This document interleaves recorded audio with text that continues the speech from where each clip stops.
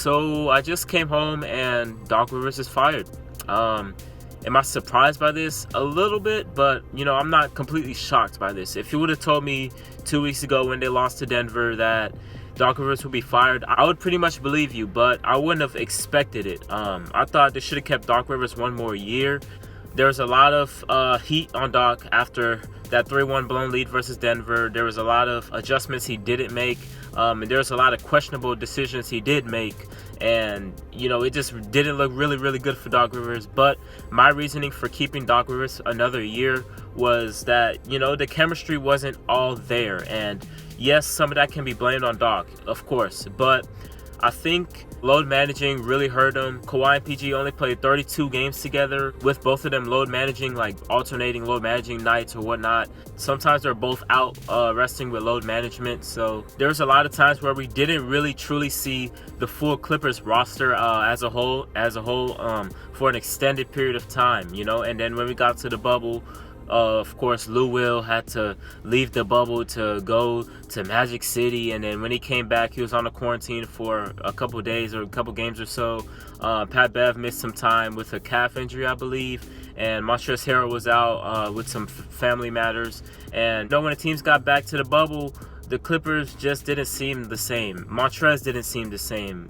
Lou Will didn't seem the same, and that was kind of a questionable thing for me for the Clippers heading into the playoff run. I don't know. I just feel like not all the blame should be put on Doc. Also PG has a lot of that blame as well. Obviously chemistry. So Doc wasn't the only guy here. I don't even think he was the main guy here in this Clippers failure, but he did have a nice part in the Clippers blowing this lead. But I would have liked to see Doc come back. I mean, it's one more year left pretty much for this run. If you fail next year, then Kawhi and PG are most likely gone.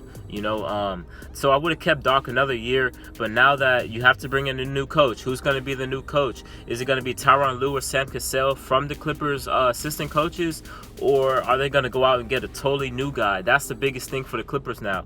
See, the reason I would have kept Doc was because they're already familiar with Doc, they're already familiar with the system. Another year together, this time hopefully a full healthy year, no load managing, none of that extra other stuff that Lou Will was doing. And they could have seen how far they could have went with that reestablished team. For the Clippers, who's that guy? That's a big question. Will Pop leave San Antonio? I don't think so. No, I think him and Kawhi are two. I think him and Kawhi have that friction there. I think it'll be really awkward, but who would it be, man? I'm trying to just think. I don't think Kenny Atkinson would be that guy, at all. I don't know why he's still out on the market. D'Antoni won't be going there. I'd see D'Antoni going to Philly. I don't like this move for the Clippers firing Doc, man. I think it was a kind of a panic move, just trying to do too much. I think, and I think it will backfire on the Clippers.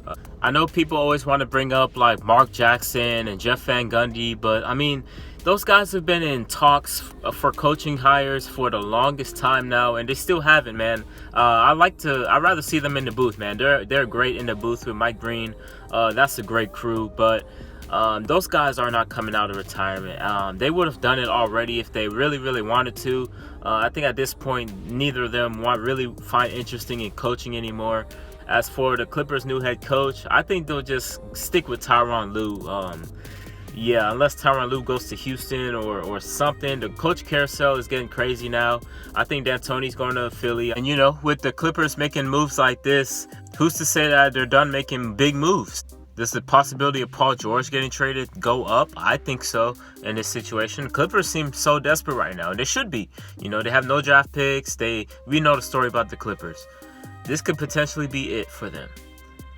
Last season with Kawhi and PG, potentially. They could lose out on both of them if they decide to keep them and roll the dice. Or they can try to make a move. Trade Paul George. Or trade Paul George and get someone back that you think is better than Paul George and can win right now. Or just keep Paul George until the deadline. And if the Clippers are still really struggling and it's not really looking like they can go to the championship and win a finals, then maybe you trade Paul George then for some draft picks and then maybe trade Kawhi. I'm not sure. Clippers in a bad spot right now. I feel bad for Clippers fans. Yeah.